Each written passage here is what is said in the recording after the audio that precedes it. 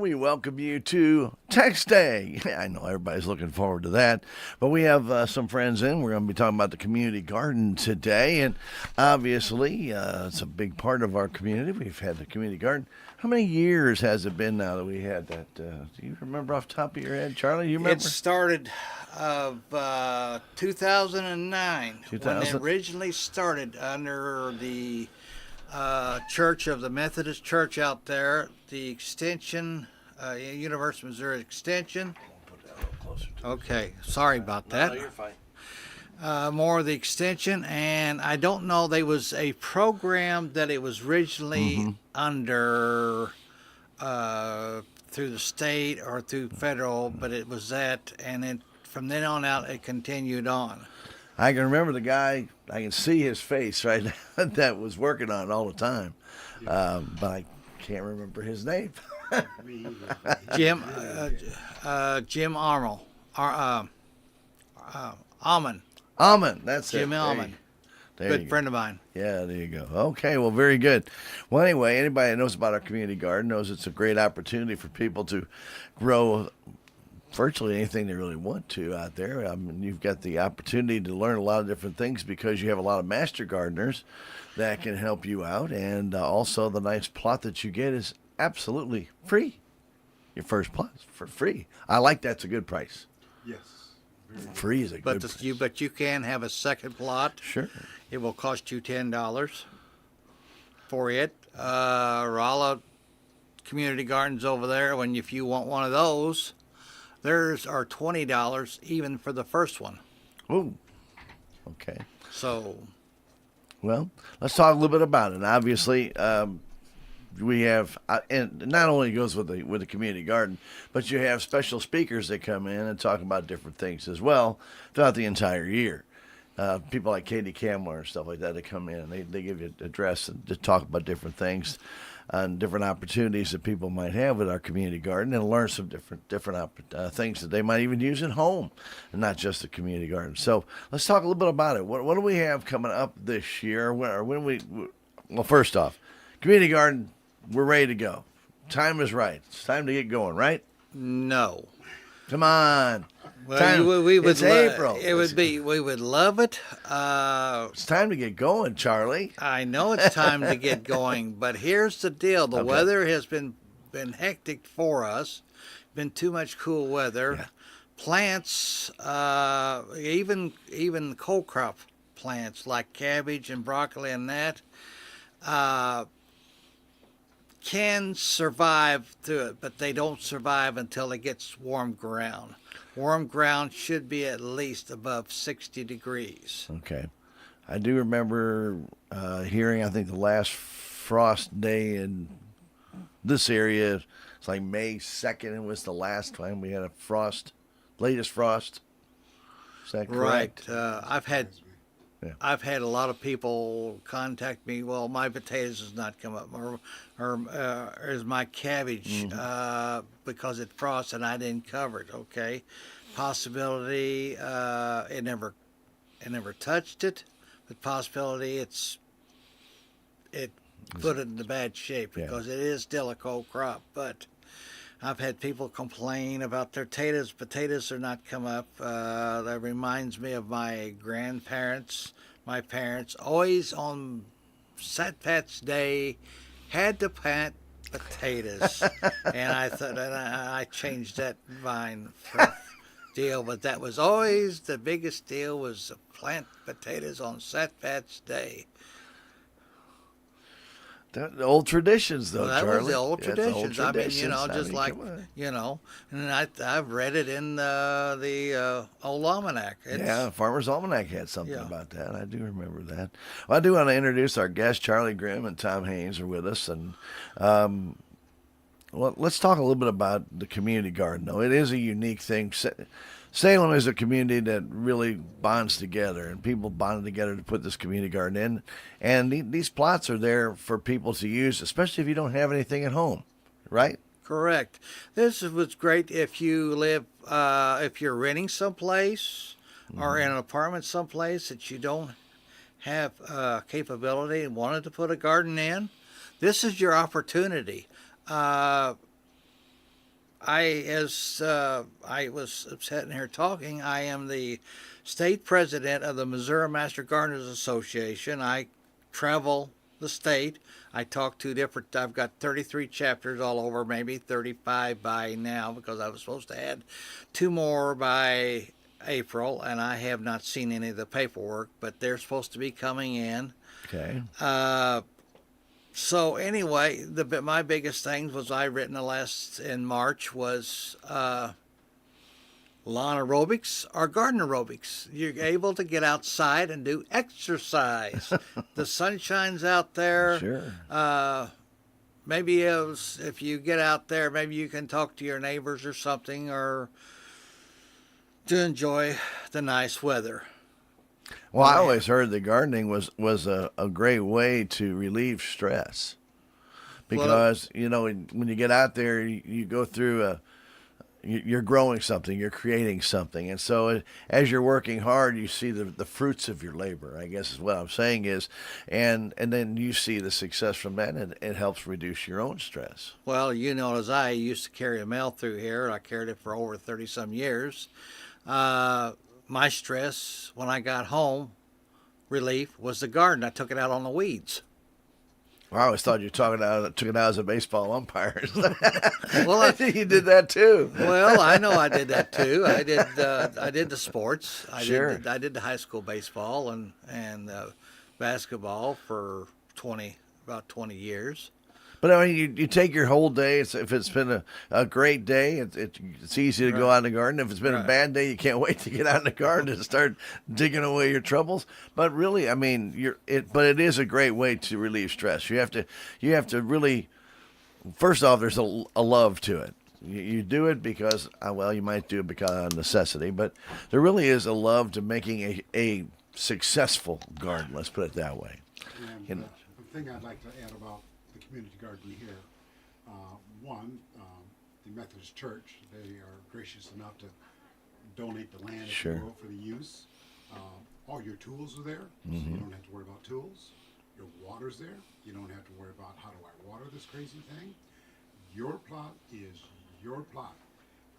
I've been told that some community gardens, it's done in mass, and anyone can come and pick the fruit or vegetables or whatever. Okay. Should I start all over? No, yeah, you better. I guess I didn't have you all the way on. Okay. Oh, okay. Well, that's what my wife does to me too. So I've heard that. Yeah, I was just saying that the community garden here in Salem is, first of all, it's through the generosity of the Methodist Church that the land is provided, and every plot that you have is your plot. I can't come in and pick your vegetables. You can't go over to somebody else's plot and pick their vegetables. Some community gardens, I've been told, are different, that it's a community thing and you can come and pick whatever you want. This is different. Your plot is your plot. The plots are 4 by, what, Charlie? 4 by 12? The newer, we've got the raised beds, which is 4 by 16. Okay. We've got that. We've got some new ones to fix out. The FFA, Heather Johnson, which is, I guess, the advisor or coordinator. Sure. She told me sometime at the end of this April month, she will bring some more students over and try to get the book so I can get the rest of them put up. Okay, so we've got those raised beds. We also have 4 now wheelchair accessible raised beds. That's one thing that I put in last year before I had back surgery was wheelchair accessible, because we do have people that cannot get off on the ground, and they're on the pavement. They're on the pavement. They're by the little building. I call it one of the barns as you enter into the garden. And something else that we've been trying to do, but it will be our own project, is container gardens, which is Right.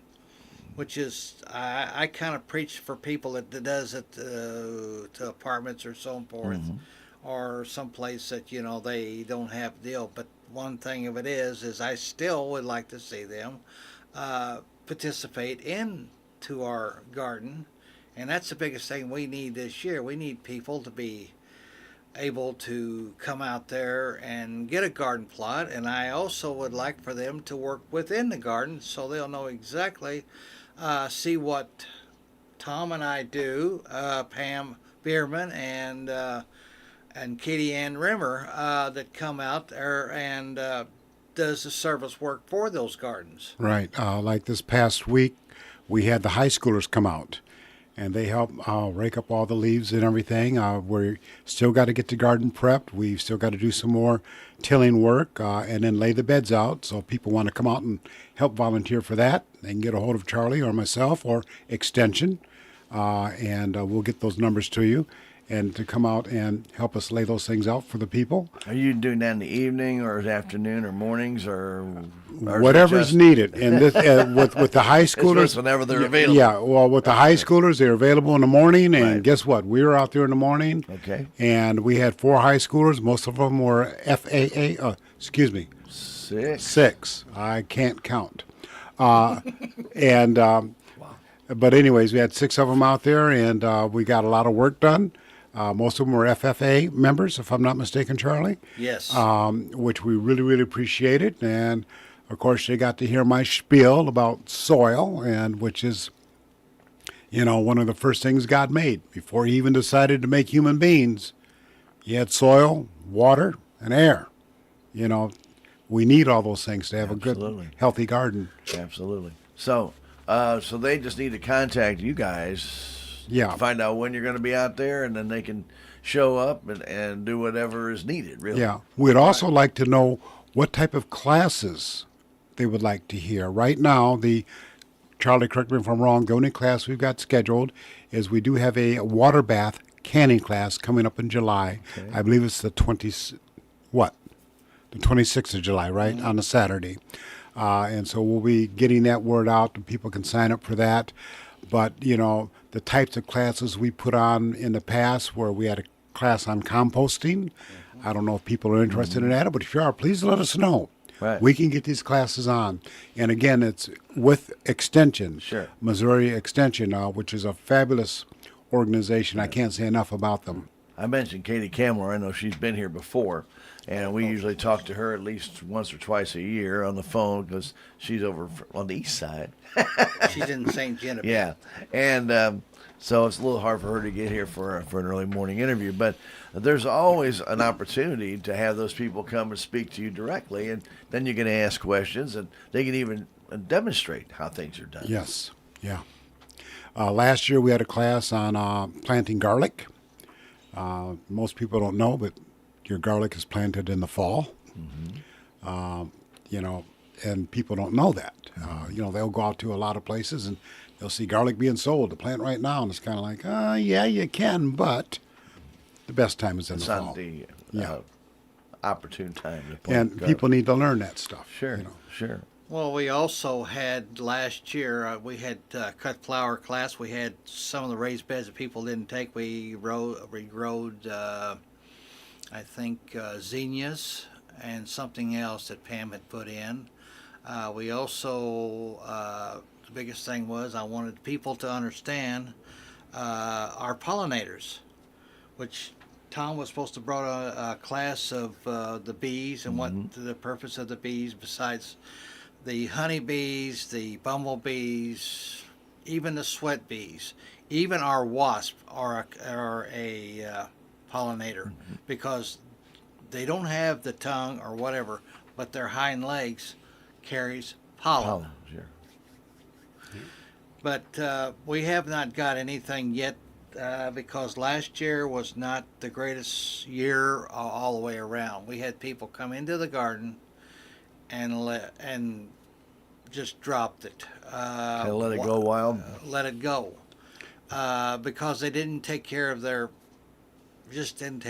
plots, which is really a misfortune for them because what we bring out there is a lot of education, and my love of being around is part of the horticulture, which is part of the agriculture of our nation. When I went to Northern Illinois University, I did part-time work, especially work summer times for Del Monte Corporation, Oh, wow. which is a food company which they raised in that part of the deal was green peas, lima beans, asparagus, pumpkins, and sweet corn. And sweet corn was my favorite. But sometimes I got to run a picker, or a lot of times I was driving a truck to take it from the field to the plant. But my funnest time was running a 2-row picker and then turned around. The cob would get turned around, and where it cuts the cob, it's not the rollers, it's knives. Oh. It's a set of knives on a wheel, and they cut that. And if the cob gets in there a little wrong, you get a little face full of sweet corn. But Kind of spits it back out, doesn't it? But no, if the love of the garden is regardless if it is vegetables or flowers or landscape. A lot of people like landscaping, and that is something that I also love to do. Which different flowers? When I become a master gardener, one question was asked of me, on landscaping, what do you want to see? And I said, I want to see colors for spring, summer, and fall. You've got plants out there that's set up that way. You've got like pansies and I can think, and then you've got zinnias that will go in the summertime, and then there's your petunias and your geraniums that will go switch to spring and summer, and in the fall you've got mostly mums. Mums, yeah. And my biggest thing was always I grow in my garden for years, and people knowed my garden. They claimed that I had one of the beautiful gardens in that area. Plus, I had sunflowers. And I always loved to watch the sunflower follow the sun. Sun, yeah. That is pretty cool. Yeah. When you think that plants are kind of inanimate, you really find out that they really are And following the sun. And we don't have many rules with the community garden. Of course, we do have the rule about what you plant, you can harvest. You don't go into your neighbor's plot. We don't use chemicals. We try to stay as organic as possible. We do ask that you don't plant things that, like watermelon, that's going to spread all over everyone else's plots. Run. Yeah. The vines will just keep going looking for water. Exactly. I'm trying to think of any other rules we may have. Charlie, I can't think of any other ones. Not really, just as long as things are put up And kept up. and kept up. Right. When you Yes. get through with it, put it back in the shed. Right. Yeah. You got to maintain your Exactly. garden, but you also too, you want to maintain your tools. Hard to maintain the garden with a bad set of tools. And like we said, all the tools are there. Yeah. On a side note, if you find yourself, money's really, really tight, and I'm just saying this, if you're on food stamps, it's legal. You can go to Walmart, Country Mart, you can buy your seeds with your food stamps. So, because, the program figured out way back in the 60s, you can get $1 worth of seeds and grow a lot more food than you can going to try and buy that food for For $1. $1, you Yeah, bet. You bet. It's a great way to boost the amount of food you can get to your You table. reap what you sow. And that's Exactly. all it's really all about. But nobody tells you what you have to plant. If you want No. to do tomatoes, you want to do cucumbers, whatever Yeah. fills your fancy. Yeah, potatoes. Yeah, you can do whatever you want. But the neat thing is that there's somebody there to assist you. And Charlie, being a master gardener like you are, I mean, there's a lot of people wanting to help other people, aren't there? Right. Tom was talking about, we have just especially cucumbers are a running plant. Oh, sorry. But no. Oh. But there is cattle panel out there and fence posts. You can grow them and let them run right up the vine. Yep. run the vine right up the cattle Vertically. panel. Yep. Cattle panel is a wire. Let me explain what I'm calling about a cattle panel. It is a wire type manufactured fence that's about anywhere from 12 to 16 feet long. Most of them are 4 to 5 feet high. And I've used them for years in my garden, especially raising pole beans or tomatoes Sure. or cucumbers. Peas. Peas. Yeah. Yeah. So, again, well, I'll give you my phone number. You can call me, Tom Haynes, area code 573-247-7952, and we can get you arranged to get your garden plot. Or you can call Charlie. And my name is Charlie Grimm. Phone number, area code is 573-368-9902. All right, well, let's just make it easy. The community garden right behind the Salem Methodist Church. Beautiful facility. Really is a unique thing for our community. Like I said, since 2009, we've had one. That first plot that you want costs you nothing. Nothing. It's free. As Charlie mentioned, you can get a second plot. But do take care of it. And this is the neat thing about it, though. It's yours. It's yours for the whole year. You do what you need to do. If you want to plant lettuce and you want to plant radishes and make your own homegrown salad, you can do that. You can do whatever you want to. But remember, there's always a lot of help. And you might even learn more from your neighbor growing what they're growing. Because you're going to ask questions like, what is that, and or what do you use that for? And you start a conversation and you get more educated about different types of things and foods that people prepare from Mother Earth. Yeah. And recipes. People share recipes. Absolutely. It's what it's all about. Yeah. And there's no lack of imagination when it comes to food. Oh, no. Food is fabulous. No, especially when you grow it when it's fresh. Especially if you get a fresh tomato, you get something from the grocery store or Walmart or it doesn't have the same taste. No. It doesn't have the same flavor. It hasn't been gassed. Yeah, a lot of times they'll use gas to ripen tomatoes. Yeah. When the tomatoes are actually picked green commercially, well, yes. and then they gas them to right. turn them red. So the flavor's not the same at all. It's all about appearance, Tom. Yeah. It's all about taste. But that's what the community garden is. It's all about taste. You're growing it with the love of your hands. You're giving a little TLC. But also the neat thing about it is that you get to take home and sample what you grow. Yeah. And you can share it with your friends out there, too, if you want to. If you want to trade off maybe what you're growing in your garden for something somebody else is growing in their garden. Yeah. It has been done. It has been very much been done. And the deal of it is kind of as they would say, a community. Well, it's bringing people together and being able to, well, what do you do here? Or how do you do this? Or they come to the master gardeners and ask us. My deal of it is I keep an open mind. Mm-hmm. Something is going on someplace else or someplace around the country or someplace even out here. I learn something new. And that's what you need to do is I'll keep an open mind. So, is it going to be easier or is it going to be better? Right. Or is it going to be more convenience for you? That's what you have to look at.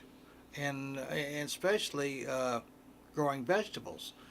I've seen people out there that has had fun, and I would love to see a lot of more people come back out and try, putting the garden out there. Especially, I talked to Joe Brand the other day. I said, are you going to come back out and do anything in the garden this year? And he says, yeah, I'd like to come back out and grow some more sweet potatoes. Mm-hmm. The ground is really good out there. Yes. We use a lot of compost. Okay. Speaking of compost, Tom got a shocking discovery out there during one of our classes. Using cow manure. Mm-hmm. And this is something that I'm going to question you people on and keep it in the back of your mind. Especially straw or cow manure or pig manure could have possibility having herbicides still in it, because it will pass through those animals, and it will retain in the manure. Yes. Tom got out there and he looked at me and he looked at who the teacher was. She was from MRPC over here, which is a good friend of mine. She's retired from now. She works over at the Bone Break Center, and Tom said, "Get out of here," and we started to leave. He could not believe, and we told him how to test it. The way to test it is get a plant, especially get a bean seed, put it in there. If it grows up and then all of a sudden starts turning wilted, the bean seed has took on the herbicide. Vegetable plants and certain vegetable. I didn't know that. Yeah, I didn't either. It was a real shock to learn. So, but you can test the manure for it, like Charlie's saying, Wow. to make sure. Yeah, I was totally floored. But you learn something. Well, Learn that's what something I'm every day. saying. Yeah, okay. Always keep your mind open. There's something always out there to be open. But, this is one thing was you have to look for. The best type of manure is chicken manure, which is high in nitrogen. And that is one of the best organic materials that you can really use on a garden, and it doesn't have any that I've ever found any yet that had any kind of herbicide in it. Okay. Wow. I did not know that. I have been educated today. Yeah, Well, I mean, but there's a lot of things like that people don't know about, exactly. That we're not a normal person without a chemistry set and knowing even that little secret with a bean. I would never have known that. And somebody had to discover that. They had to put a bean in there and just say, why is this thing wilting?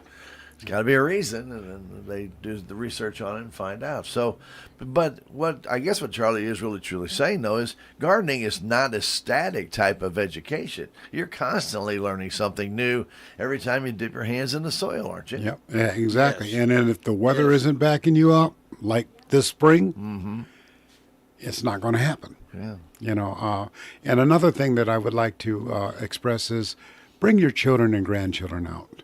I'll admit to you, that's how I got hooked on gardening was my grandmother.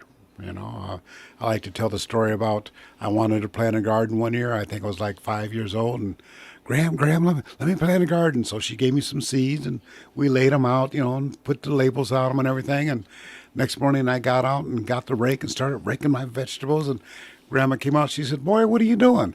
I said, "I'm gardening, Grams." She says, "No, all you did was mix up all the seeds." But you learn, and to this day, I love gardening. And it really is. And some people are great at it. I was never very good at gardening. I have a brown thumb. Everything I touch dies. But, my dad was an excellent gardener. My grandparents had a 1-acre garden. It was huge. Wow. With lettuce and tomatoes and radishes and cauliflower and watermelons and grapes. I mean, name it. They had everything out there. And as a wee little one got the chance to go weed that 1-acre garden. Boy, it's a lot of work back then. But my grandparents would sell those tomato plants. They'd sell those cantaloupes. They'd sell those watermelons. And they never hurt for food. My grandmother would can everything. She had more tomatoes canned than I can imagine. Plus, she used to make some of the most incredible pickles I ever had in my life from the cucumbers. So, you have a food source. It's right there handy. It's right out the door. And the nice thing is that you grew it. You did it. When you eat it, it's going to taste even better. Yep. And you speaking of canning, which Tom interrelated in July, which will be a canning and a food processing and food safety. That is one of the biggest things that needs to be. I stress very much because Rachel is coming back, and she was with me 2 years ago. A lady brought in a cannery Okay. that somebody gave her. And I looked at it, and it was warped on the bottom. I had it warped in the middle, and in other words, the metal's separated. And I Yeah. told her to get rid of that because I said that. She says, "Well, I don't see nothing wrong with it." And I said, "There is something wrong with it. It has been overheated, and it has separated between the two materials." And I said, "If you want to have yourself full of shrapnel, it will get up to a certain temperature and it will explode. You know, get a replicable pressure. If you're going to pressure cooker, get a replicable one.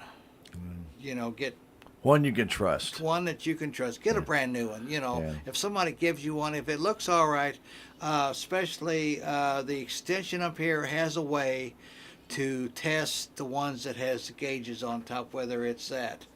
The rubber I didn't seals. know that. Yes, Yeah. they can test your canners for you. Wow. Yeah, I am learning so much. This is why we have these shows. The canners. It's what ones that has the gauges. Now Miro has some of them still has a jiggle, and they still have some of those. Be careful what they do there. They've got what they also both of them's got what they call been called a bullet. It is a release. It's a pressure release. It's kind of a material that will get up to a certain temperature, and if it's about to blow, it will blow that besides first before it'll do. And another thing too is each year get a new rubber seal, because as time goes through and around, that rubber seal will kind of dry out and crack. You can use vegetable oil and stuff, but the ones that my mother used to do, and I always had an extra one by.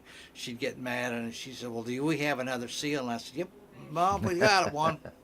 But that's one thing that I always learned that was. And another thing, don't do like Tom, overheat it and buckle the top of the lid. Did you really? No, he's giving me a hard time, though. No, you did buckle the top of the lid. When? When? That was about 2 years ago. Welcome to Tuesday Okay. Morning Fun. No. Yeah. Yeah, you did. Well, anyway. But there's an art to pressure cooking, and too. You want to make sure. Well, you're there's canning. a science to it, Yes. and like I'm a member of a Facebook or fake book, as I like to call it, called Rebel Canners, and I mean these people can everything but air. Yeah. And one day someone posted a thing about the USDA's, standards of how to can, pressure, time, the whole 9 yards, and they were laughing about it, and I just respond back. Yeah, but no one's ever gotten sick from following these directions. Yes. And these directions are tested, scientifically tested again and again to make sure they're going to preserve your food safely. And that's the bottom line, No, I do not reuse lids. These people in the Rebel Canners, they do. I use canning jars. These people will will go to Walmart, buy a jar of pickles, and then they'll reuse that jar. Well, is that lid you're putting on there fitting correctly? Yeah. I don't know, but follow what extension gives you as far as tested ways of canning.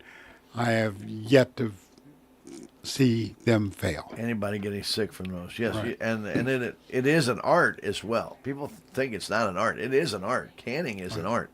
The right time, everything. I mean, there's people. My grandmother had it down to a science. I mean, she had that clock in her head. Right now is when, okay, this is the time. Shut that off. Let it simmer. Let's do this. And then she knew exactly when to can it. And the grandkids were not allowed in the kitchen during canning time. Yeah. Well, you don't want Keep kids. those kids outside. Yeah, you want the kids not in around it, because you've got pressure still, and then what you was talking about, letting it drop down. Right. Don't. Biggest thing is, do not, when you've got a time and limit and everything, the pressure, turn the burner off, let it come down. Do not open that lid. No. Because you will get a big surprise. You may get a very good scalding. Not surprised. And especially amateurs out there that wants to do it this year. Ball makes a excellent canning book and goes step-by-step instructions, which is one of the manufacturers that makes the jars and lids for home canning. Home canning has been around for years. It sure has, As Tom says about the canning part of canning everything. I know people that I've seen people can fish, and I've seen people can pork, and I've seen people can beef. Mm-hmm. The biggest thing of it is people do not make sure that you're doing the job that where it is safe and the food is safe. Make sure it is not contaminated with the three illnesses that can be done. You don't want to do that. Make sure, and then make sure if you get a can, and if it looks like it's been popped, then dump it. Throw Get it rid away. of it. Throw it away. I was just going to say that because if you look in there and it doesn't look right, don't even. Or as try. my mother taught me, Yeah, if in because- doubt, throw it out. Yeah, because if the seal breaks, you got an issue. You got air that got in there, yeah. and so do those little microorganisms that get in there that make you ill. So, but this is all part of the community garden that you will learn about. And if you've really had a hanker and want to do it, maybe you don't want to dig up your own property. Maybe you don't have enough room. As Charlie mentioned, maybe you're in an apartment or you don't have that room, or you're a renter and your landlord won't let you dig up a location to put a garden in. This is a great opportunity for you. Those plots are, the first plot is free. The second one, very, very inexpensive if you want a second one, but you don't have to have a second one. You can just take one. But do remember, too, it is your responsibility once you accept that plot. That is your plot. Yep. It is yours, and you do need to maintain it. And it doesn't hurt to go out there. A lot of times, as I mentioned, they'll have kind of like a day where everybody's out there working. You're gonna learn so much more from just talking to the people who have the same interests as you do. Exactly. We always talk about these conferences that commissioners go to, and I know I've gone to different conferences, and you find out more not from really what the instructor always has to say. You knew some of that. But then from what the questions are that people ask that you never even thought of, or maybe in a conversation with those people say, yeah, I tried to grow that 2 years ago. I really struggled. And I found this works really well to make that prosper better. And I'm thinking, wow, never even thought about doing something like that. So sometimes, as Charlie mentioned, keep your mind open. Tom also, open mind it's not just one way that you can grow a plant. Right. There's a lot of different ways you can grow plants, and this is an opportunity for you to have to have the chance to learn those different things. And the cost is great; it's nothing. Yep. It's just your time. Yep. Tom also talked about the food stamps. Mm-hmm. One thing you want to do is it has to be a grocery store or Walmart. Now you cannot go to any. Like you can't go to 72 Feed because Dave does not accept food stamps at 72 Feed. So it has to be a place that Yes, accepts it it. Right, has to be a place that right, accepts food right. stamps. But So, but Walmart and Country Mart and a lot of your grocery stores, any of your grocery stores that sells plants like that. yeah, That is, but it has to be vegetable plant. It cannot be flower plants. right. Okay. Speaking of flower plants, one thing I've been working with the last year when I got a chance was companion planting. Right, I heard about that. Companion planting can be a lot of different ways and I learned a new one out of Kansas City. One of the extension personnel, I don't know what was her name, I can't think what her name was. I think it's Tamara up there, but she it's got instead of being a typical garden in a row, she's got things here and there. Plus, and then she's got different flowering plants, which interferes with the bugs that they don't like. There's things that just like the marigolds, they don't like to be around marigolds or zinnia flowers or something that deers don't like. What is it? Is that some of the pansies they don't like?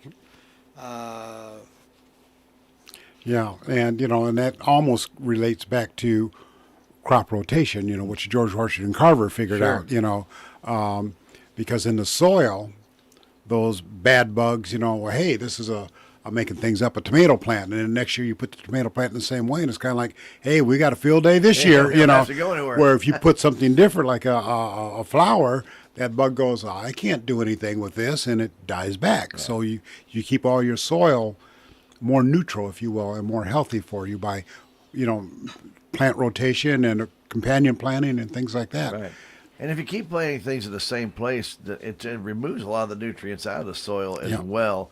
That if it's always taking the same nutrients, and pretty soon you're not going to have that same result from your crop that you had Yeah. 5 years ago. Exactly. Well, Yeah. if you use your compost and your organic material, that one thing I told you tonight, Sure. but the biggest thing of it is green beans and peas are the biggest supplier of nitrogen that goes back into the ground.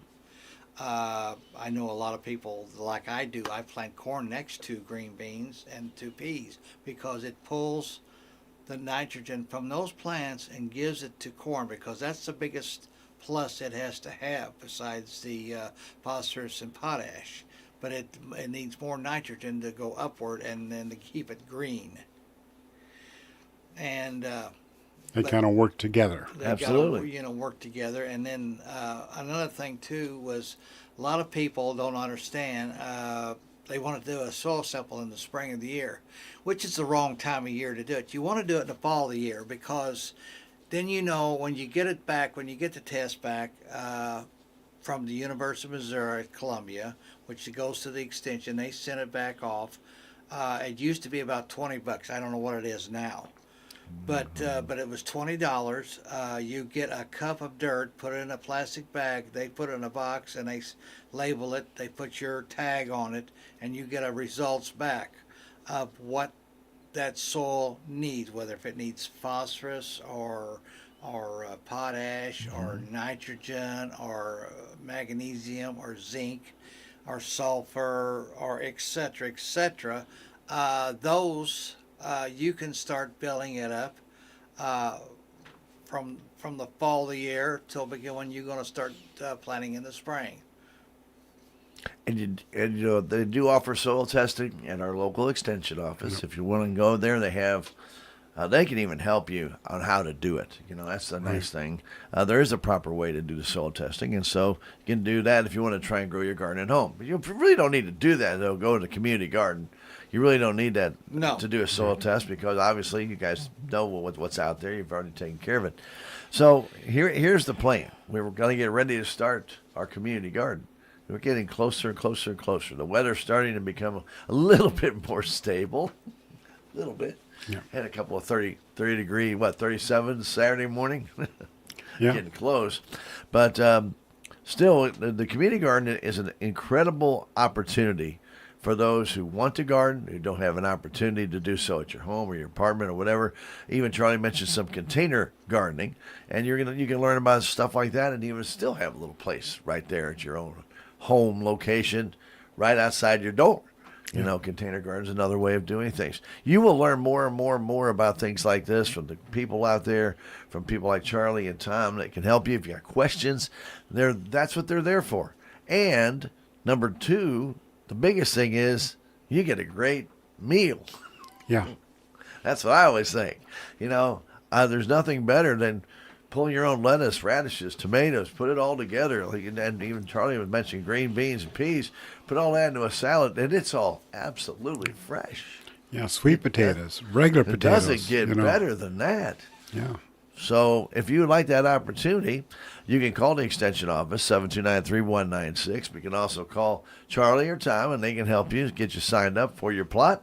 You guys want to give your numbers one more time?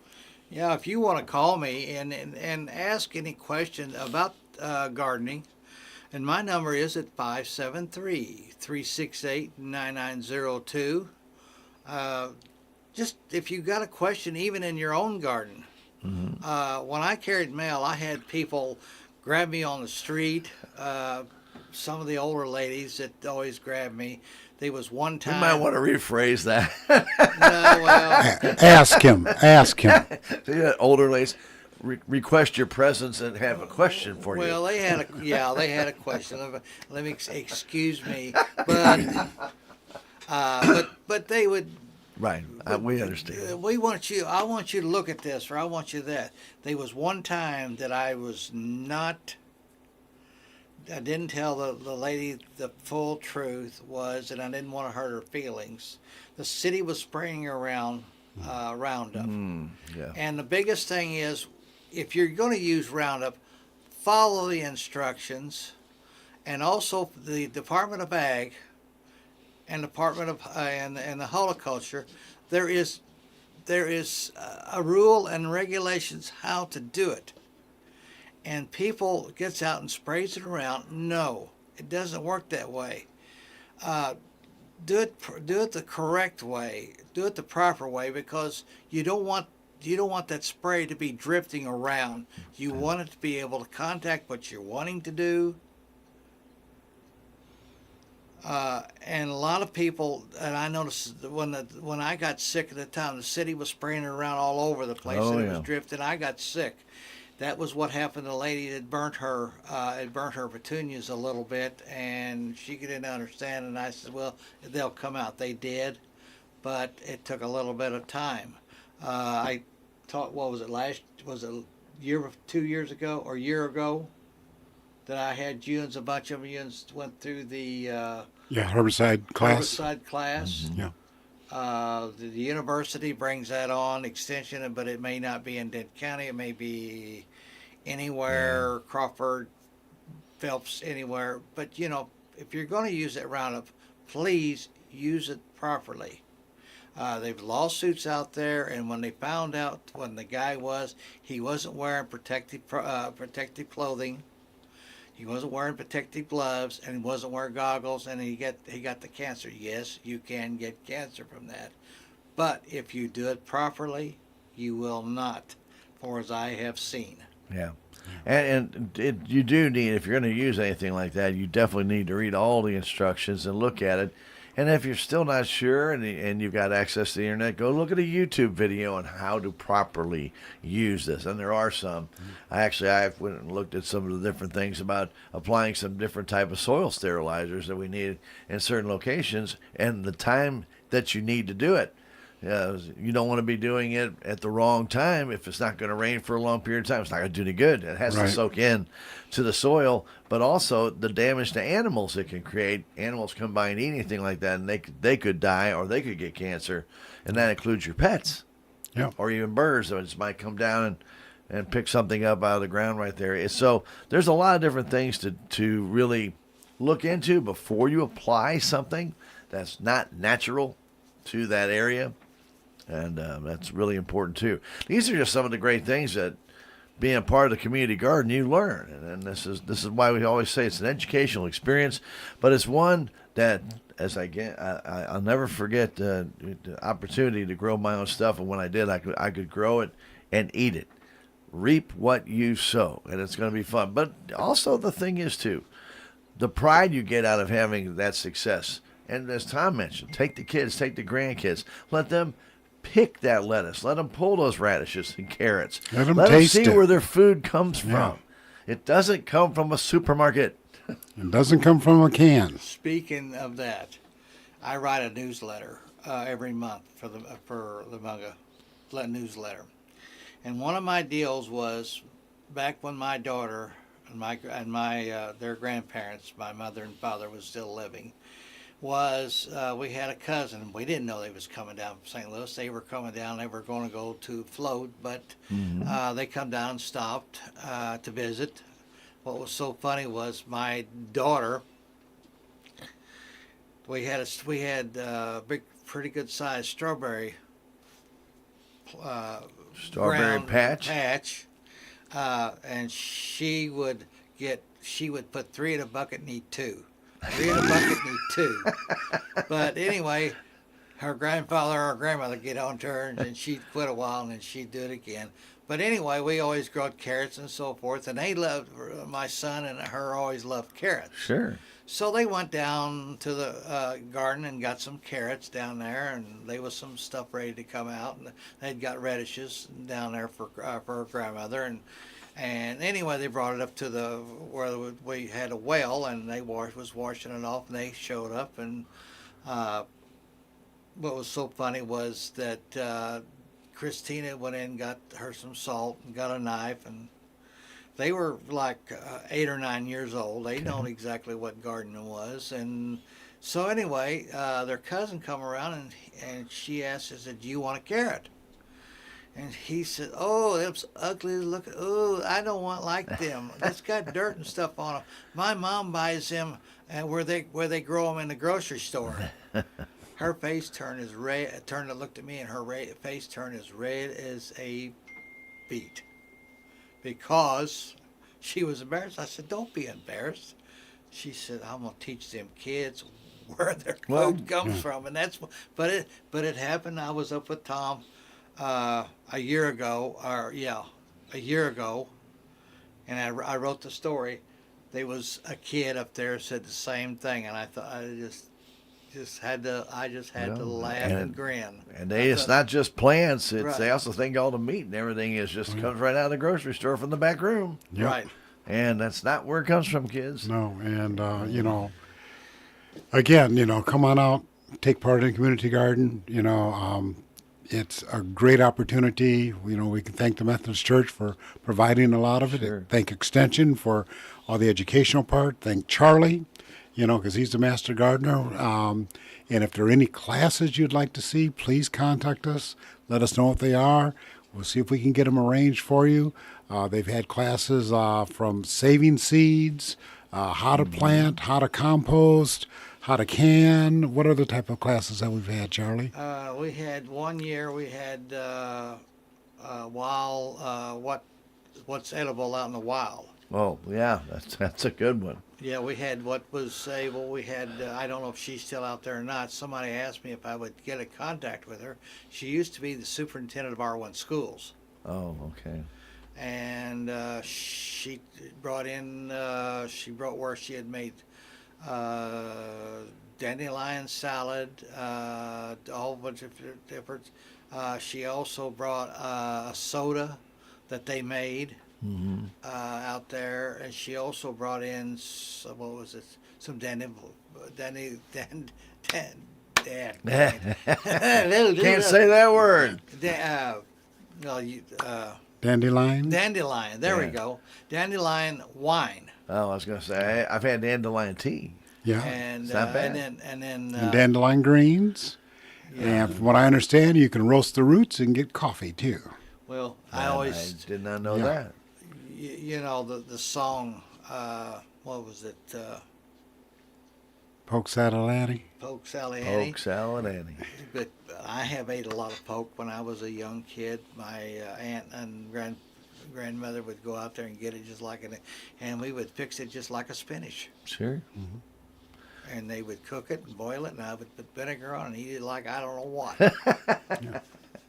But I mean, It's a meal. Yeah. Well, we've had a lot of different classes out there, but people, please come out and look at the community gardens and come out and help us work on it out there. Get a plot. If you feel like that you want another plot, then Right. if it's done, take it up. Right.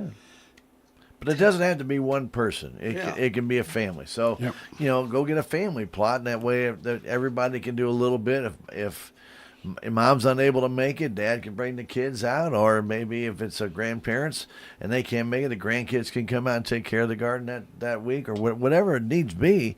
But get the education that you just don't get by sitting at home watching TV. Well, it's a great way to get that hands-on and learn. You talk about a family. It was 4 years ago when I first took over. We had to pull the raised beds up because some of the raised beds were maybe the biggest part. What was it, about 2 inches at the most? They had rotted. Right. Yeah. And it was a 4-family deal. Well, they had 4 plots. and they all worked. They all worked up. They got one individual plot, but they all worked together to Sure. get all these plots for all of them what they wanted. And it was very. It was very. They said something about, you going to charge us, and I said no.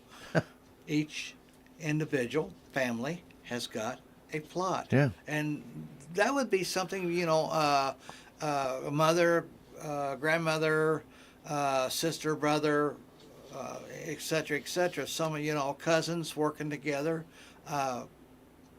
growing some kind of food Sure. together.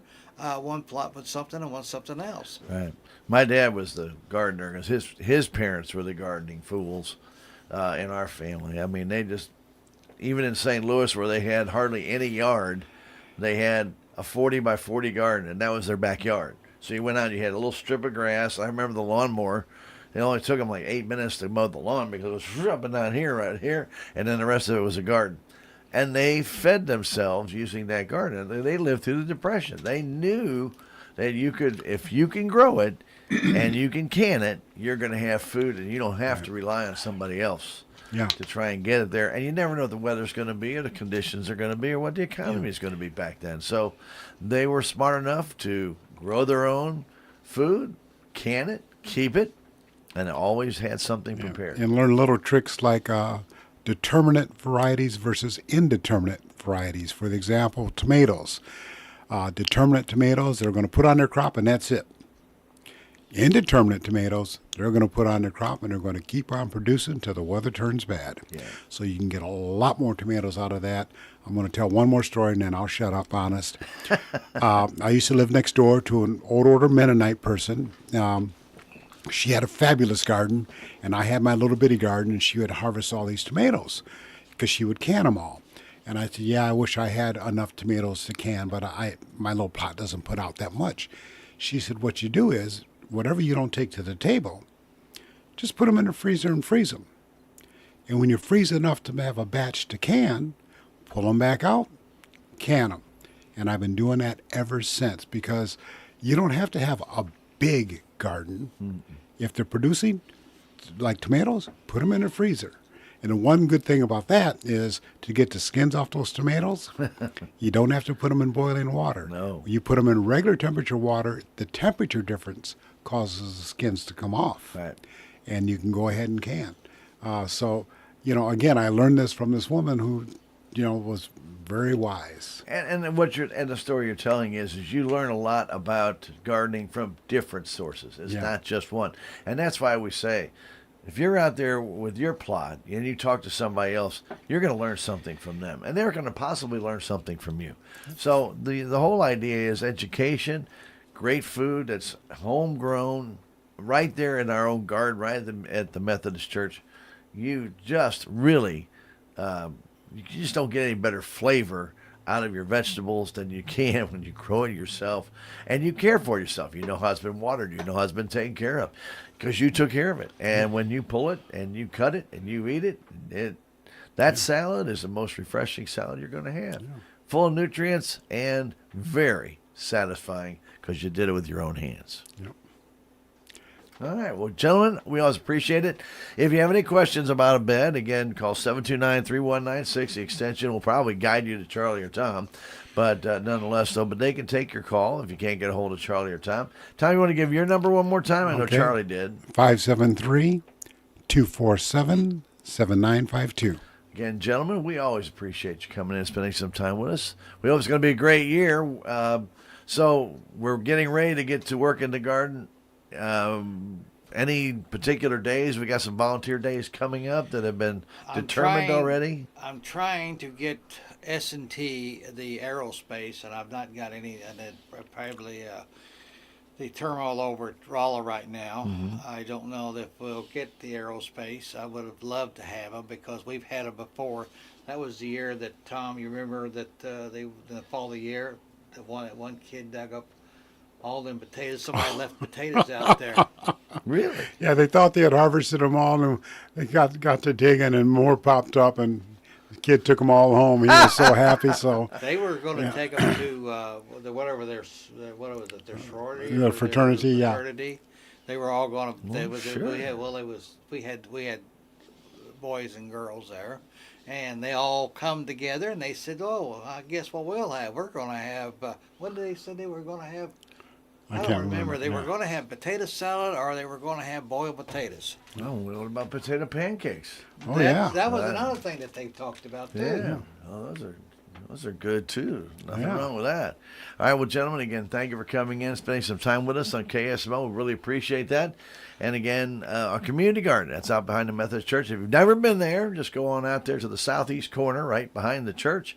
You will see the beds that are there. And if you want to walk around and kind of get a feel for it, feel free to do so. And also, we do have wheelchair accessible raised beds. So Yeah, ADA accessible, we'll call it that. How's Yeah, that? that's something ADA. that I pushed last year to get those other beds put out there. Somebody wants maybe in a wheelchair, maybe the gardening years, Sure. feels like they been left out. Well, I don't want them to be left out. I want them to be able to feel like you're welcome to come Fine. out there. We want everybody to participate, no matter what. Stan, It is a community garden, and that's why we're talking about community, and that's why it should be open to everybody in the community.